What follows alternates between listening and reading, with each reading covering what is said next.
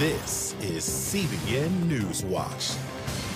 Hello, everyone. Thank you so much for joining us for CBN NewsWatch. I'm George Thomas. Donald Trump's second impeachment trial is underway today, even after the Senate voted last night that the proceedings are constitutional. The former president facing a charge of inciting the mob that stormed the Capitol back on January 6th. CBN's White House correspondent Ben Kennedy joins us with the very latest. Ben.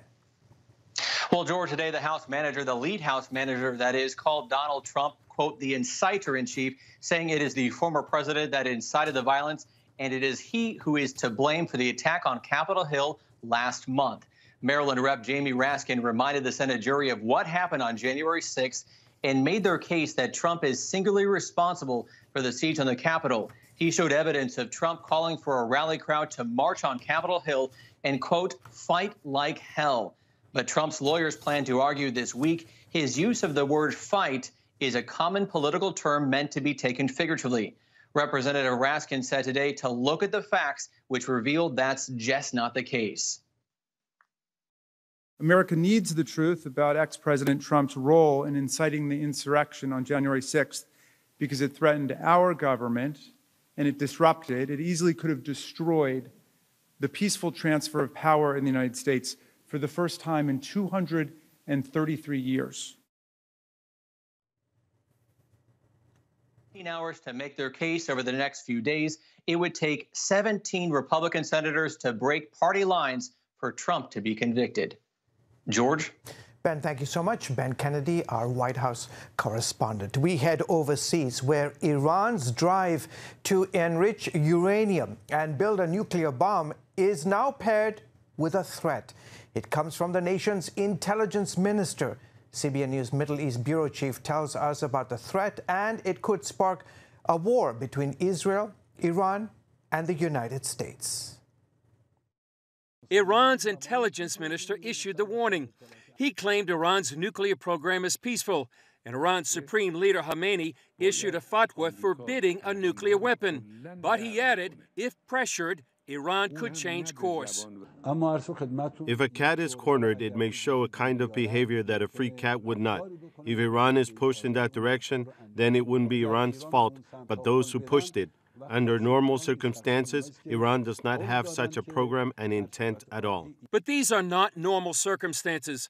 Alavi's threat comes after Iran announced it's now enriching uranium one step away from military-grade uranium and researching uranium metal, a key component of a nuclear bomb. As we see it, Iran will not stop enriching uranium. They never wanted to. They don't today, and they will not in the future. While the enrichment goes on, Iran's Khamenei and President Biden are in a face-off. Khamenei says no new deal unless the U.S. lifts sanctions. And Biden says no sanctions relief unless Iran returns to the negotiating table. Will the U.S. lift sanctions first in order to get Iran back to the negotiating table? No. They have to stop enriching uranium first. Here in Israel on Tuesday, Israel Defense Forces estimated Iran is 2 years from getting a nuclear bomb. Secretary of State Antony Blinken recently said they might be weeks away. But some say it's simply a political decision by Iran's leaders. Technologically and scientifically, we don't see the time as a real problem. So it's not the time problem. So you can say weeks or months or a year or 2 years, only about the political situation you want to represent. In the meantime, Israel's chief of staff has already said Israel's military is preparing operational plans in case Israel needs to attack Iran's nuclear facilities. Chris Mitchell, CBN News, Jerusalem. Thank you, Chris. Back here at home, a new survey shows more Americans than ever before are willing to get a coronavirus vaccine. According to a just released Gallup poll, overall, 71% say they are now open to getting the vaccine. But when you break down the new numbers, a whopping 91% of Democrats are willing to get vaccinated, while only 51% of Republicans are. Meanwhile, demand for the vaccine vastly outstrips supply, but that could change later this month if the FDA approves the new Johnson & Johnson vaccine. Facebook is cracking down on what it considers misleading vaccine claims on their platform. Those include claims the vaccines cause autism and that it is safer to contract the virus than take the vaccine. The social media giant plans to remove posts the World Health Organization considers incorrect. It also plans to improve the search engine to promote accurate information. All houses of worship in New York may now operate without restrictions, even in areas with high rates of COVID-19. A federal district court judge issued an order permanently blocking Governor Andrew Cuomo's limits on churches and synagogues. Last year, you will remember, Cuomo restricted indoor prayer services to 10 people in areas where the virus was spreading fastest and to 25 people in other areas within hotspots. Jewish and Catholic groups pushed back, claiming they were being unfairly targeted by the state's restrictions. President Biden has been making good on his pledge to rescind the immigration policies of his predecessor. Tens of thousands who have been languishing in Mexico under former President Trump's Remain in Mexico policy now hope to make it across the United States border. CBN News contributor Chuck Holton has this story from El Paso, Texas. President Joe Biden's signing of executive orders continued Tuesday. The latest focus on easing migrant protection protocols, keeping more than 60,000 people waiting in Mexico for an asylum hearing. Many here couldn't be happier. We came to the border because we thought they had canceled the MPP. We are all here waiting for Joe Biden to help us. All of us, Cubans, Hondurans, Guatemalans, we've been waiting for this day.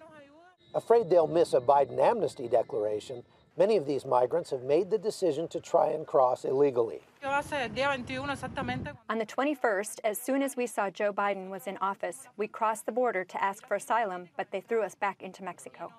So we're right here on the middle of the international bridge between El Paso and Juarez, Mexico. You can see the barriers that they've got up here, which are different from the last time I was here, because they've had problems with migrants charging this bridge and trying to do like a bonsai charge and get across. So they have these panels of barbed wire with a forklift ready to push that into place and close off the bridge at a moment's notice.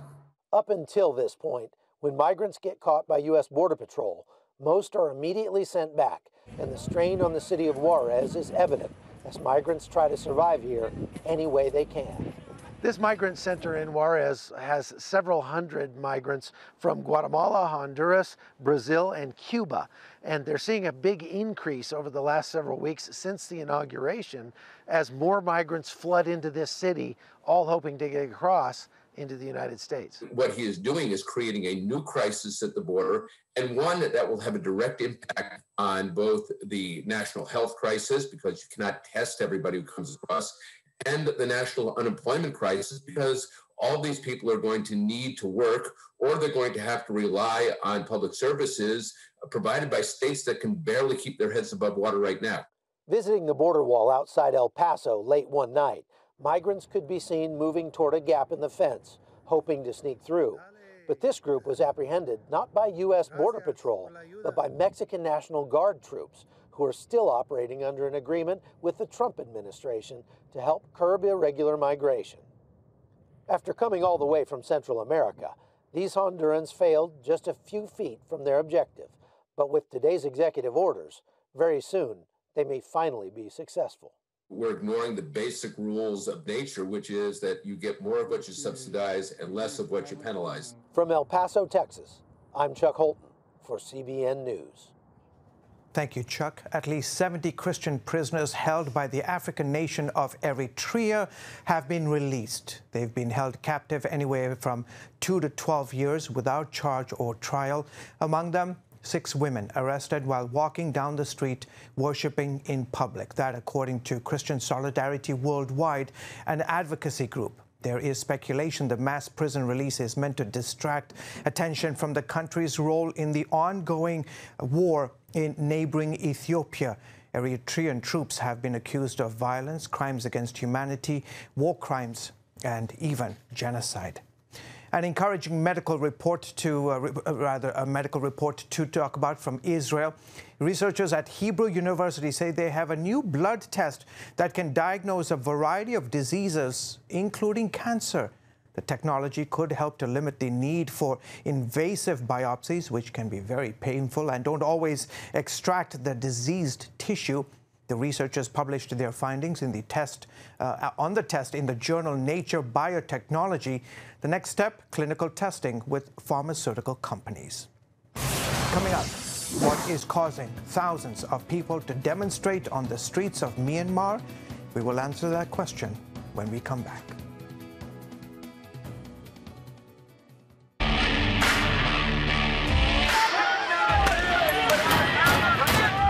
To have sex before you marry is a bad idea. Don't tell me there's no such thing as gun violence. That just depends on your definition of when life begins. Watch Dan and Dale tackle trending topics that test your faith on the next Faith Wire, Monday night at 9:30. The Global Lane takes you around the world, providing facts over fiction. What might rising trade and geopolitical tensions mean for you on the home front? With over 45 years of experience, award-winning journalist Gary Lane brings you the truth from a global angle. What about the issue of immigration? World news analysis you won't see anywhere else. And it's all right here on the Global Lane. Watch The Global Lane, Thursday night at 9:30.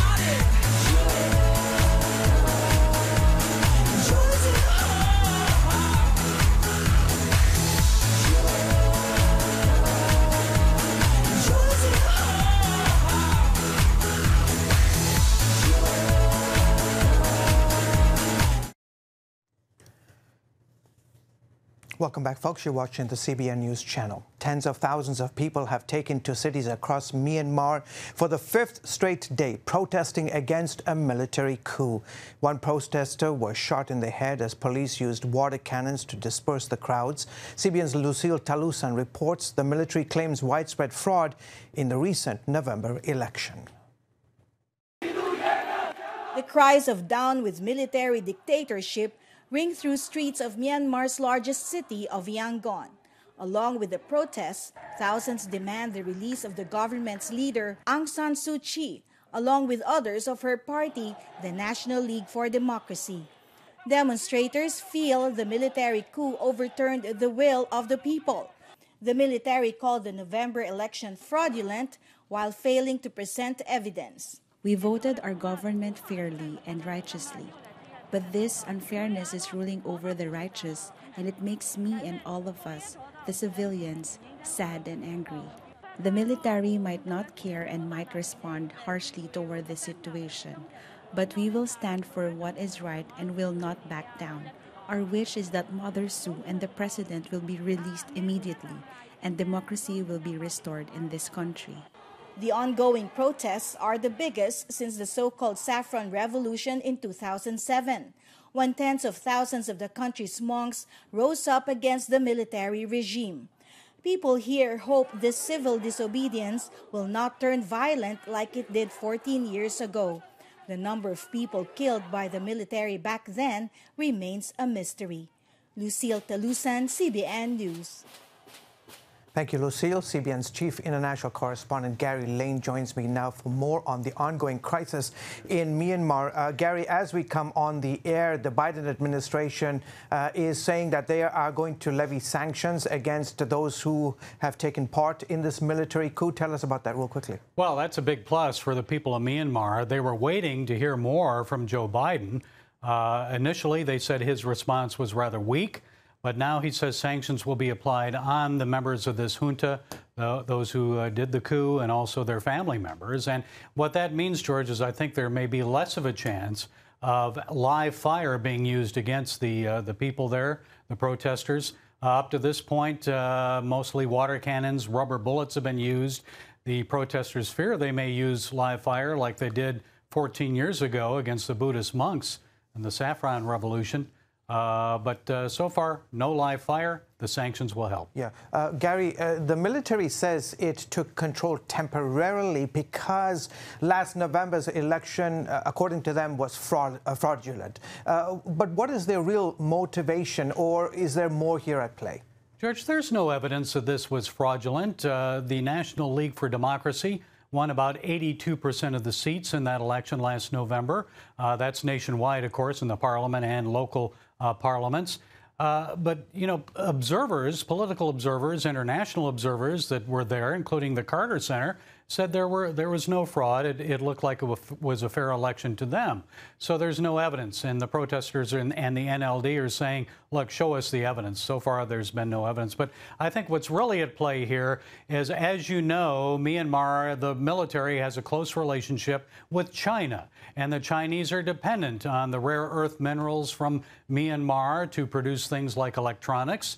Myanmar's number 3 in production of tin. So all these things they want to see under the control of a friendly military who does great business with the Chinese Communist government. Yeah, and obviously the leader of Myanmar, the famous political dissident Aung San Suu Kyi, she's under house arrest. They went after her and all of her supporters as well, right? Well, because she's the face of democracy. She is the leader that everybody turns to, the lady, the one they call the lady. So, of course, they're going to put her under house arrest like they did for many years, back 14, 15 years ago, before there was a democracy there. But people really fear that there's going to be a return to those days before 2007, before when they really fought for democracy there with the Saffron Revolution. Yeah. Tell us about the country's Christians. How are they faring, and what are their concerns in the midst of this political uncertainty? Well, again, too, people like the ethnic Karen and Karenni, the Chin, the Kachin, these people really fear that there will be persecution returning from this military coup, this military government, junta. They've had it in the past. Their young men have been forcibly conscripted into the army. We've also seen women in villages raped, people killed, villages burned to the ground. And they don't want to see a return to that, and they fear that could happen. So they're hoping the democracy and praying democracy will return. Yeah, and this is a military, Gary, as you know, you've reported on this, I've reported on this. You know, this is a military that has gone after Muslims as well, the so-called the minority group, the Rohingyas. Yes. Real quickly, tell us about that. Well, the Rohingya have been terribly persecuted. It's been labeled genocide by many around the world. They've been forced from their homes. They've been killed.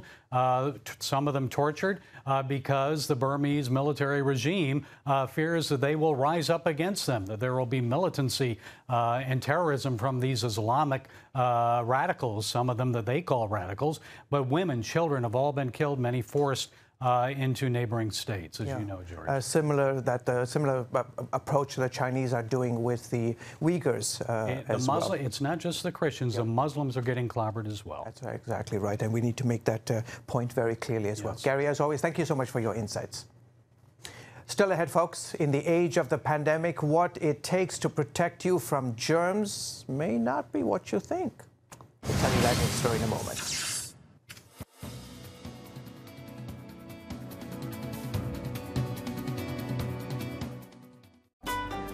Want to be a part of a community that inspires your spiritual growth while winning prizes?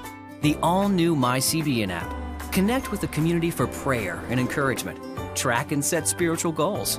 Enjoy conversation starters with friends and family. And collect points to win prizes. The all-new MyCBN app. A great place to belong. Download the app at cbn.com/mobile. Grow, connect, have fun. The all-new MyCBN app. On the home front.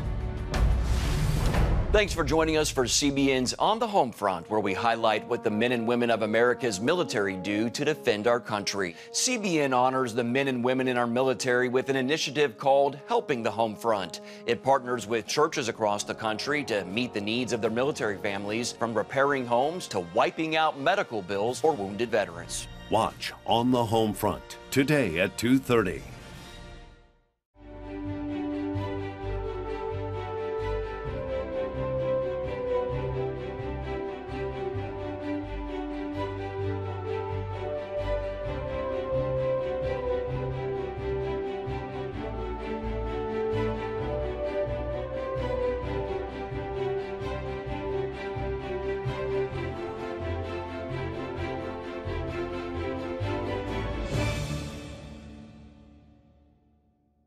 Too often, we carry baggage from our past. You know what it's like. It affects everything and everyone in our lives. It's always there, weighing us down and keeping us from achieving true happiness. But do you know God never meant for us to be trapped in the past? You can be free of your baggage. Learn how God's forgiveness leads to changed lives and new beginnings. Call the 700 Club. Is there such thing as too clean? Exposure to some germs builds strong immune systems. So with COVID-19, are people going too far, sanitizing surfaces and actually doing more harm than good? Medical reporter Laurie Johnson has the answer. When New York City shut down the subways 4 hours each day for disinfecting, some scientists declared it a colossal waste of time and money. It looks a bit to me like a cleaning theatre. To make people feel more comfortable about using those environments, bleaching the surfaces will have very, very little impact upon the spread of the disease. That's because it's mainly spread through personal contact. Dr. Jack Gilbert, author of the book Dirt is Good, adds that sanitized surfaces don't stay that way for long. If you sterilize a surface, in a few minutes after sterilization, the microbes from our body are recolonizing that surface. During this pandemic, welcoming some of the germs living all around us may seem scary, but it's generally better than trying to kill them all. The negative consequences of bleaching the environment, especially if you have very young children in the environment, could actually lead to chronic consequences, which may be worse. Gilbert says the good bugs we encounter, especially as youngsters, can help prevent food allergies, skin problems like eczema, and even issues associated with autism. Those experiences that the children are getting shape how their immune system develops, and that can shape how our brains develop. Think about all the germs surrounding barnyard animals or even just household pets. Turns out those bugs are pretty healthy. Asthma strikes about 1 in 10 Americans. Children who grow up with a dog, however, are 13% less likely to develop this serious lung disease. Kids on farms do even better, enjoying a 50% reduction.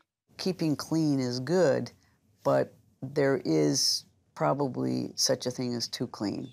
Mayo Clinic researcher Dr. Heidi Nelson says exposure to certain microorganisms can help fight disease. We all grew up playing in dirt, and it didn't hurt us, you know, and it probably kept us healthy and having a strong immune system. In his book, Eat Dirt, Dr. Josh Axe goes further, writing that a preoccupation with disinfecting everything in sight puts us at risk for chronic illnesses. What a lot of people don't realize is by using excessive sanitizers and bleaches, they're actually weakening their immune system. He says some cleansers contain harsh chemicals that can harm the skin and gut and recommends a more natural approach. If we use things like essential oils that are referenced in the Bible, we're not going to have those same side effects, yet it's still going to help sanitize us and keep us healthy.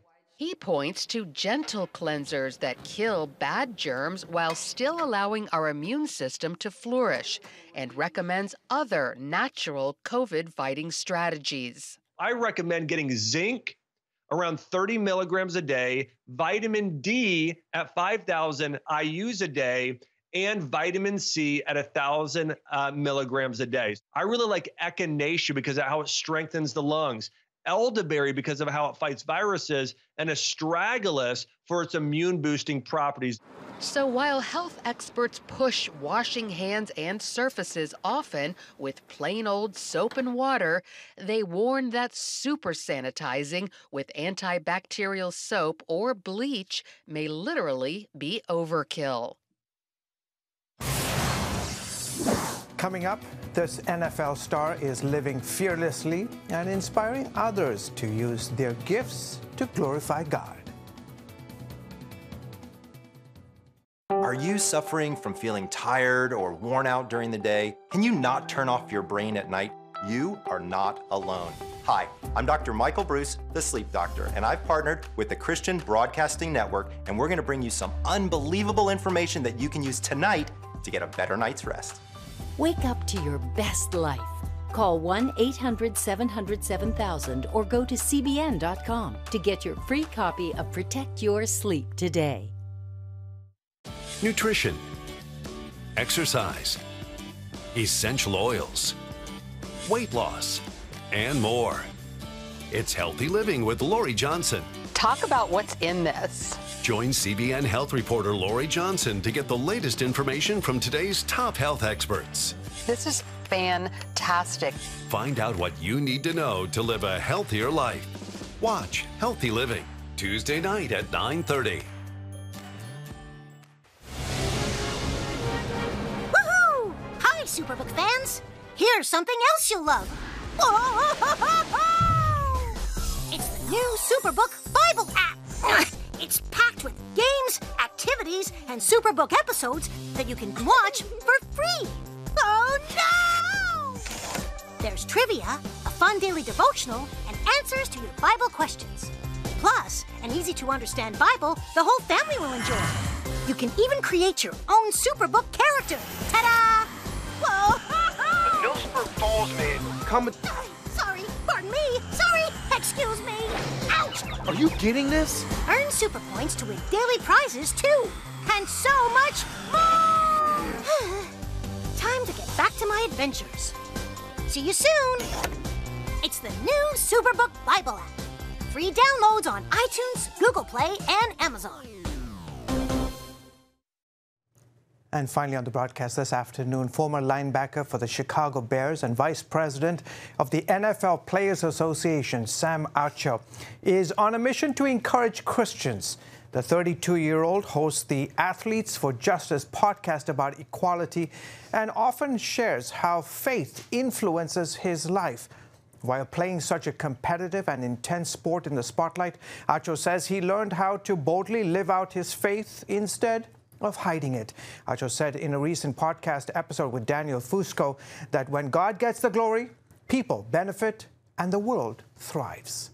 So true. Well, folks, that's it for this edition of CBN News Watch. Remember, you can find more of our awesome news programs on the CBN News Channel anytime or online with cbnnews.com. Also, tell us what you think about the stories you've seen us. Email us at newswatch@cbn.com, or you can reach out to us on Facebook, Twitter, and Instagram. From all of us here at the headquarters of the Christian Broadcasting Network, have a fantastic rest of your day and a fantastic rest of the week. Goodbye, and God bless.